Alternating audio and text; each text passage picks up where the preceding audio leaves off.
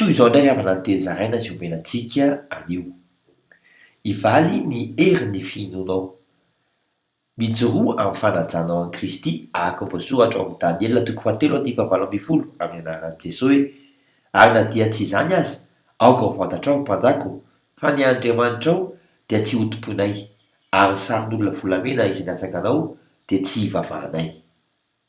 Na hitehaka fahatezerana ho an'ny lehibenao aza, ahaka voasoratra ao amin'ny Daniela 3:7 amin'ny anaran'i Jesosy hoe: dia feno fahatezerana Nebokadnezara, ka niova ny tarehany tamin'ny Sadraka sy Mesaka ary Abednego dia nasainy nafanaina ho impito mihoatra noho ny famana azy ny lafaoro.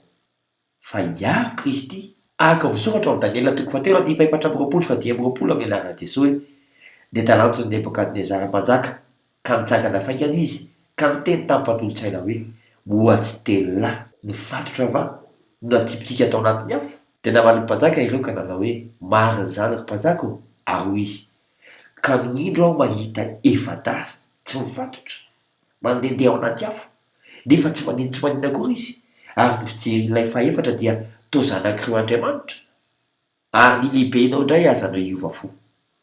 Ahaka voasoratra amin'ny Daniela 3:7 amin'ny anaran'i Jesosy hoe: ka tena nanao lalàna aho fa ny fokom-pirenena sy ny firenena sy ny samihafa fiteny rehetra izay manao ny teny tsy mety amin'ny Andriamanitra Sadraka sy Mesaka sy Abednego dia ho tetitetehina ary atao trano fivoahana ny tranony, fa tsy misy andriaman-kafa mahavotsy tahaka izao.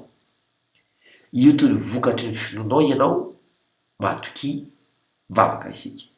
Kristy io, misaotra anao miaro anay ao anatin'ny fitsapana mafy, misaotra anao mamoaka anay ho mpandresy.